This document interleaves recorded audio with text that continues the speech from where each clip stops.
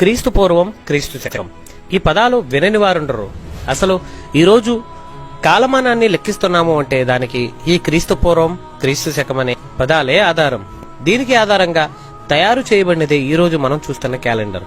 అసలు ఈ క్రీస్తు శకం, క్రీస్తు పూర్వం కథ ఏంటి, దాని చరిత్రను కూడా చూద్దాం. బీసీ అనగా బిఫోర్ ద క్రైస్ట్, ఏడి అనగా ఆఫ్టర్ డెత్ అంటారు. కానీ దాని అర్థం అన్నో డొమిని. దీని అర్థం in the year of lord. ఈ బీసీ మరియు ఏడి అనే వాటిని ఇప్పుడు బీసీఈ మరియు సిఈలుగా మార్చడం జరిగింది.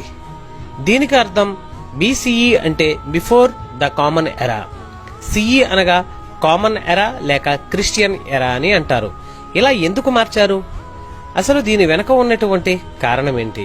ఈ శకమును ఎలా, ఎందుకు గుర్తిస్తారు? ఈ విషయాలన్నింటినీ కూడా ఈ వీడియోలో మనం చూద్దాం. హాయ్ ఫ్రెండ్స్, నా పేరు డానియల్. మీరు చూస్తున్నారు Bible unknown facts Telugu YouTube channel. పంచాంగాలలో గాని, క్యాలెండర్లలో గాని కాలమానాన్ని కొలవడానికి అనేక పద్ధతులున్నాయి. చరిత్రలో ఏ సంఘటనలు ఎప్పుడు జరిగాయి అనే ప్రశ్న వచ్చినప్పుడు ఒక నిర్దిష్టమైనటువంటి సంఘటనని ప్రమాణంగా తీసుకుని అక్కడి నుండి కాలగమనాన్ని లెక్కపెట్టవచ్చు. ఈ పద్ధతి ప్రకారం భారతదేశంలో శాతవాహన శకం, శాలివాహన శకం అనే ఊహల వాడుకలోనికి వచ్చాయి. ఇదే విధంగా వివిధ ప్రాంతాల్లో వివిధ పద్ధతులు కూడా వెలిశాయి. పాశ్చాత్య దేశాలలో క్రైస్తవ్యం ప్రబలంగా ఉండడం బట్టి ఆయా సమాజాలలో యేసుక్రీస్తు పుట్టిన సమయం నుండి క్రీస్తు శకం అని లెక్క పెట్టడం మొదలుపెట్టారు. క్రీస్తు పుట్టక ముందు జరిగిన సంఘటనలని క్రీస్తు పూర్వం అని వెనక్కి లెక్క పెట్టడం మొదలుపెట్టారు. దీనిని ఆంగ్లంలో బిఫోర్ క్రైస్ట్ అంటారు. అంటే దీనిని బీసీ అని రాయడం లేదా పిలవటం జరుగుతుంది. తెలుగులో క్రీస్తు పూర్వం అని వాడటం జరుగుతుంది. క్రీస్తు పుట్టిన తరువాత కాలాన్ని ఏడి అని పిలుస్తారు లేదా రాస్తారు. అంటే లాటిన్ భాషలో అన్నో డొమిని అనే పదం వస్తుంది. దీనికి ఇంగ్లీషులో in the year of the lord. మనం శాలివాహనం నుండి లెక్క పెడితే పాశ్చాత్య దేశాల వారు క్రీస్తు నుండి లెక్క పెట్టేవారు. వలస యుగంలో పాశ్చాత్య ప్రభావం ప్రపంచవ్యాప్తం అవడంతో వారి పద్ధతులు మనమంతా అవలంబించక తప్పలేదు. ఇప్పుడు కాలం మారింది. ప్రపంచీకరణ ద్వారా భూగోళం కుచించుకుపోతూ ఉంది. వార్తా ప్రసార సాధనాలు అందరికీ అందుబాటులోకి వచ్చాయి. ఈ సందర్భంలో క్రైస్తవుల పద్ధతే ఎందుకు అవలంబించాలి అని అనేక ప్రశ్నలు ఉద్భవించాయి. అందుకని 20వ శతాబ్దం చివరి కాలంలో కాలగమనాన్ని లెక్కించే పద్ధతిని అందరికీ కూడా ఆమోదయోగ్యంగా ఉంటే బాగుంటుందనిపించి చిన్న మార్పు తీసుకుని వచ్చారు.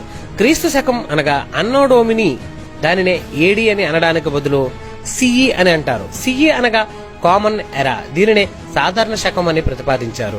అదేవిధంగా బీసీని బీసీఈ అని మార్చడం జరిగింది. దీనికి అర్థం బిఫోర్ కామన్ ఎరా అని ప్రతిపాదించారు. ఈ ప్రతిపాదనని క్రైస్తవులు తేలికగా అంగీకరించడానికి కారణం సిఈ అంటే కామన్ ఎరాతో పాటు క్రిస్టియన్ ఎరా అని అనుకోవడం కూడా అవకాశం ఉంటుంది. పూర్వము బీసీ మరియు ఏడీ పద్ధతులలో ఇబ్బందులు లేకపోలేదు. మొదటి ఇబ్బంది బీసీ అన్నది బిఫోర్ క్రైస్ట్ అనే ఇంగ్లీష్ పదానికి, ఏడి అనేది అన్నో డొమిని అనే లాటిన్ పదానికి సంబంధించేదిగా ఉండేది. వ్యాకరణం ప్రకారము ఈ రెండూ కూడా వేరువేరు భాషలకు సంబంధించి ఉండటం వలన ఈ రెండింటినీ కలిపి ఒకే భాషలోనికి తీసుకుని రావాలి అని బీసీ మరియు బీసీఈ అనేటువంటి పదాలను చేర్చడం జరిగింది. అసలు ఈ క్రీస్తు శకాన్ని ఎలా గుర్తిస్తారు? ప్రపంచంలో జరిగినటువంటి అద్భుతమైన పరిణామాలను, ప్రజలు ఎప్పటికీ మర్చిపోయినటువంటి సంగతులను మరియు కొంతమంది మహానుభావుల యొక్క పుట్టుకలను ఆధారం చేసుకుని ఈ శకమును లెక్కిస్తారు. అలాగే ఈ ప్రపంచంలో ఎవరైనా అంతటి మహానుభావులు ఉన్నారా అని వెతికినప్పుడు రోమును పరిపాలించిన డయానీసియస్ ఎగ్జికస్ అనేటువంటి రోమా చక్రవర్తి 525వ సంవత్సరంలో యేసుక్రీస్తు వారిని, ఆయన యొక్క గొప్పతనాన్ని గుర్తించి యేసుక్రీస్తు వారి పుట్టుక నుండి శకమును ప్రారంభించడం జరిగింది. అంటే యేసుక్రీస్తు వారికి ముందు జరిగినటువంటి కాలాన్ని క్రీస్తు పూర్వము అని, యేసుక్రీస్తు వారికి వెనక జరిగిన కాలాన్ని క్రీస్తు శకము అని పిలవటం జరిగింది. అయితే ఇది 525వ సంవత్సరంలో ప్రవేశపెట్టినప్పటికీ ఇది పూర్తిగా అమలులోనికి వచ్చేసరికి క్రీస్తు శకం 9వ శతాబ్దం పట్టింది. ఈ క్రీస్తు శకం 9వ శతాబ్దంలో రోమన్ ఎంపరర్ అయినటువంటి చార్ల్ మ్యాగ్నీ అనేటువంటి చక్రవర్తి దీనిని చట్టబద్ధం చేసి ప్రపంచమంతటా క్రీస్తు శకాన్ని, క్రీస్తు పూర్వంను మాత్రం ఉపయోగించాలని ఒక శాసనాన్ని చేశాడు. అప్పటి నుంచి ఇప్పటి వరకు ఈ క్రీస్తు శకము అనేటువంటి మాట ఈ ప్రపంచంలో వినబడుతూ ఉంది. అయితే ఇప్పటికీ మన భారతదేశంలో ఉన్నవారు యేసుక్రీస్తు వారి యొక్క శకములో పెద్ద గొప్పతనం ఏమీ లేదని, ఇంతకంటే గొప్ప శకాలు మన భారతదేశంలో ఉన్నాయని చెప్పుకుంటున్నారు. అయితే యేసుక్రీస్తు వారినే క్రీస్తు శకానికి ఎన్నుకోవడానికి గల కారణము, ఈ ప్రపంచంలో మరణించిన వారు అనేక మంది ఉన్నారు. దేవుళ్ళు అనబడిన వారు, దేవతలు అనబడిన వారు ఎంతో మంది ఉన్నారు. కానీ మరణించిన వారిలో ఏ ఒక్కరూ కూడా తిరిగి లేవనూ లేదు. ఇప్పటి వరకు కూడా వారి ఎముకలు ఈ భూమి మీద ఉన్నవి. ఇంకా మరికొంతమంది అయితే కట్టుకథలను అల్లి లేని వ్యక్తులను చూపించడం కూడా జరిగింది.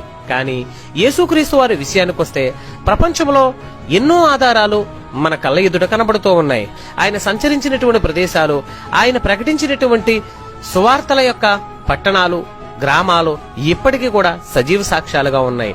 అంతేకాదు ఆయన మరణించి తిరిగి లేచినటువంటి సమాధి కూడా ఎప్పటికీ ఖాళీగానే ఉంది. ఆయనను సిలువ వేసినటువంటి ఆ గొల్గొతా కొండ కూడా ఎప్పటికీ ఉంది.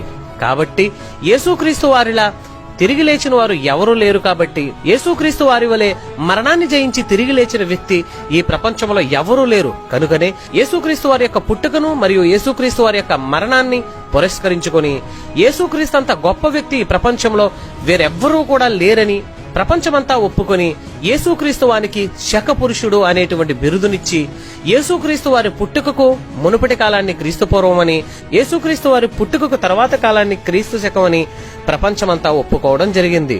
కానీ ఈ రోజు ఎన్నో మతోన్మాద శక్తులు యేసుక్రీస్తు వారి పుట్టుకను, యేసుక్రీస్తు వారి యొక్క గొప్పతనాన్ని ఒప్పుకోక common era, before common era అనేటువంటి కొన్ని విషయాలను తీసుకుని వచ్చింది.